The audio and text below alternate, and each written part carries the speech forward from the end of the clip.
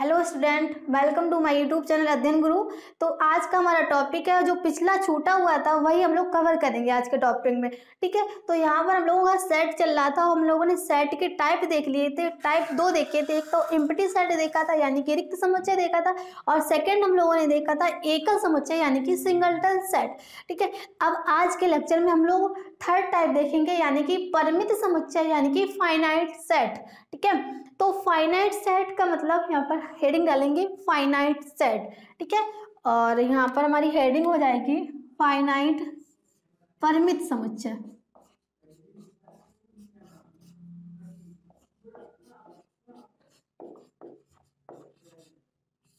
ठीक है, परिमित समुच्चय यानी कि फाइनाइट सेट।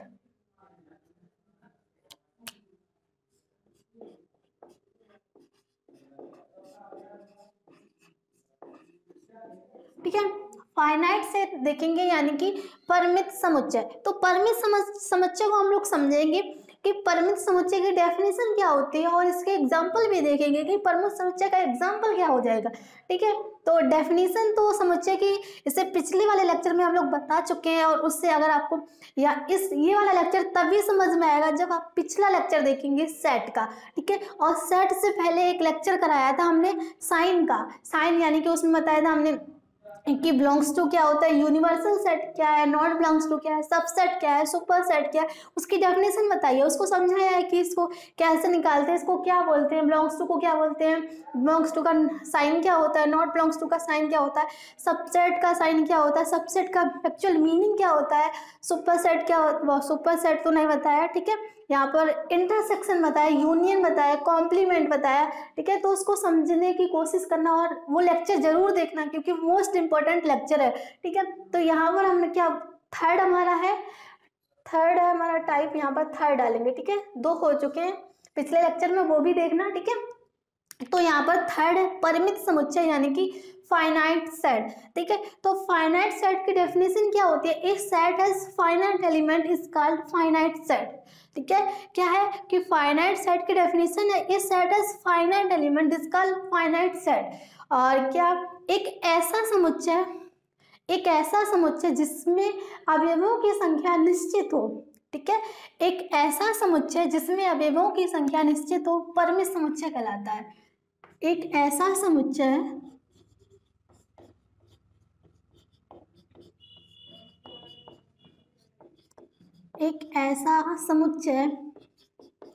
जिसमें अवयवों की संख्या निश्चित हो, अवयवों की संख्या निश्चित हो, परिमित समुच्चय कहलाता है। ठीक है, फाइनाइट सेट कहलाता है परिमित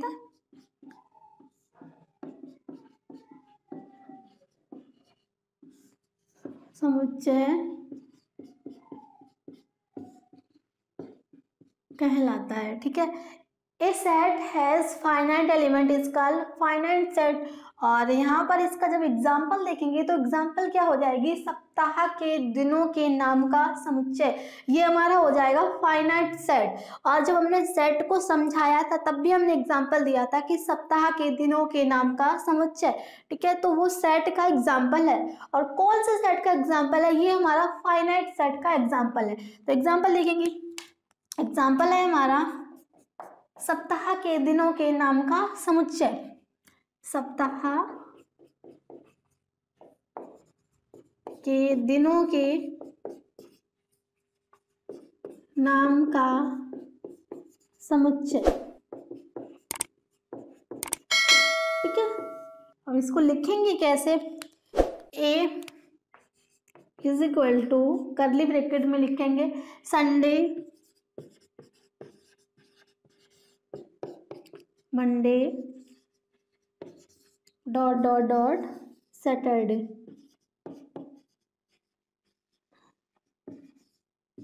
ठीक है, Sunday Monday dot dot Saturday. ठीक है, Sunday Monday Tuesday Wednesday Thursday Friday dot dot Saturday. अगर ऐसे भी लिखना Sunday Monday dot dot Saturday. तो ये हमारा क्या हो गया एग्जाम्पल फाइनाइट सेट। इसमें क्या डेफिनेशन है कि एक ऐसा समुच्चय जिसमें अवयवों की संख्या निश्चित हो। इसमें अवयवों की संख्या निश्चित है, संडे टू सैटरडे, ठीक है। तो ये हमारा फाइनाइट सेट का एग्जाम्पल हो गया। नेक्स्ट हमारा एग्जाम्पल इसका रहेगा, इसका एग्जाम्पल हो जाएगा बी फॉर वाई, ठीक है। इसका एग्जाम्पल है 2 4 6 डॉट डॉट 10। तो ये भी हमारा फाइनाइट सेट का एग्जाम्पल है, क्योंकि इसमें कंडीशन है 2 to 10। तो यहाँ पर 10 तक ही दिखाया गया, 10 से आगे तो जा नहीं सकते। 10 20 तक दिखाते हैं, ठीक है, 2 to 20, ठीक है। तो यहाँ पर ये भी हमारा कंडीशन है 20 तक, यहाँ पे संडे टू सैटरडे, यहाँ पर 2 to 20। तो ये हमारा फाइनाइट सेट का एग्जाम्पल हो गया, ठीक है। अब हम फोर्थ देखेंगे, अपरिमित समुच्चय यानी कि इनफाइनाइट सेट, ठीक है।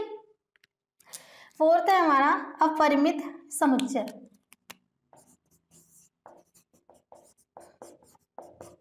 अपरिमित समुच्चय, ठीक है, इनफाइनाइट सेट। इसकी डेफिनेशन क्या है? A set has finite element is called, a set has infinite element is called infinite set. इसमें क्या था? A set has finite element is called finite set. इसमें क्या है? A set has infinite element is called infinite set. तो इसमें जब लिखने की बात आएगी तो क्या हो जाएगा? एक ऐसा समुच्चय जिसमें अवयवों की संख्या निश्चित ना हो, क्या हो जाएगा? अपरिमित समुच्चय कहलाता है, ठीक है। एक ऐसा समुच्चय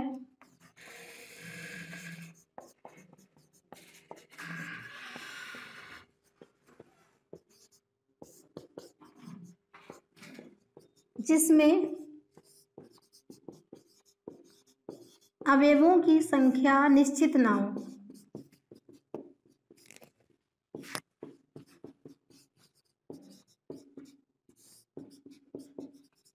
क्या हो जाएगा? अपरिमित समुच्चय।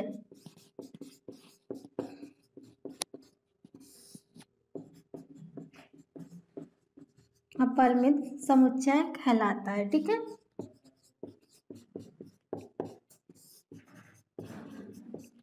अपरिमित समुच्चय यानी कि infinite set. A set has finite infinite element is called infinite set, ठीक है। अगर इसका एग्जांपल देखेंगे तो यहाँ पर एग्जांपल हो जाएगा ए इज इक्वल टू, यहाँ पर हो जाएगा 2 4 6 8 डॉट डॉट डॉट। क्योंकि यहाँ पर क्या बोला गया है कि निश्चित ना हो, तो यहाँ पर डॉट डॉट पता नहीं कहाँ तक चला गया। तो यहाँ पर क्या है कि एग्जाम्पल भी वैसे हमने दिखा दिया, 2 4 6 8 डॉट डॉट डॉट पता नहीं कहाँ तक जा रहा है। तो ये हमारा क्या हो गया? इनफाइनाइट सेट, ठीक है, जिसमें अवयवों की संख्या हमारी निश्चित नहीं है। तो ये हमारा इनफाइनाइट सेट हो गया। नेक्स्ट हम देखेंगे कि समान समुच्चय क्या होता है। समुच्चय फिफ्थ है हमारा समान समुच्चय। समान समुच्चय लिखेंगे, समान समुच्चय क्या होता है, ठीक है। फिफ्थ है हमारा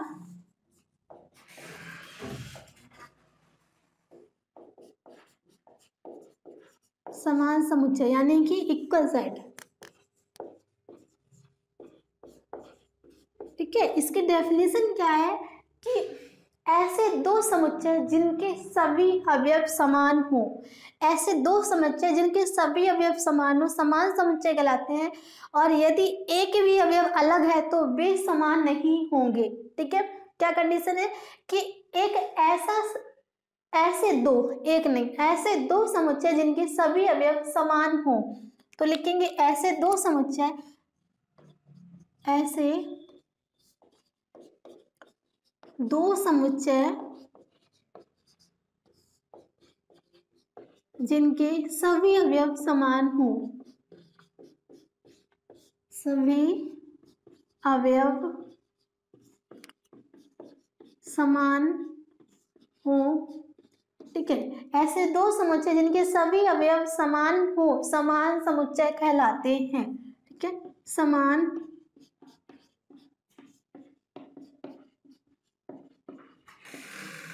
समुच्चय कहलाते हैं। ये तो हमारी डेफिनेशन होगी, ऐसे दो समुच्चय जिनके सभी अवयव समान हो, समान समुच्चय कहलाते हैं। बट इसमें कंडीशन है कि यदि एक भी अवयव अलग है तो वे समान नहीं होंगे। तो यहाँ पर लिख लेंगे कि यदि एक भी अवयव अलग है, एक भी अवयव अलग है तो वे समान नहीं होंगे।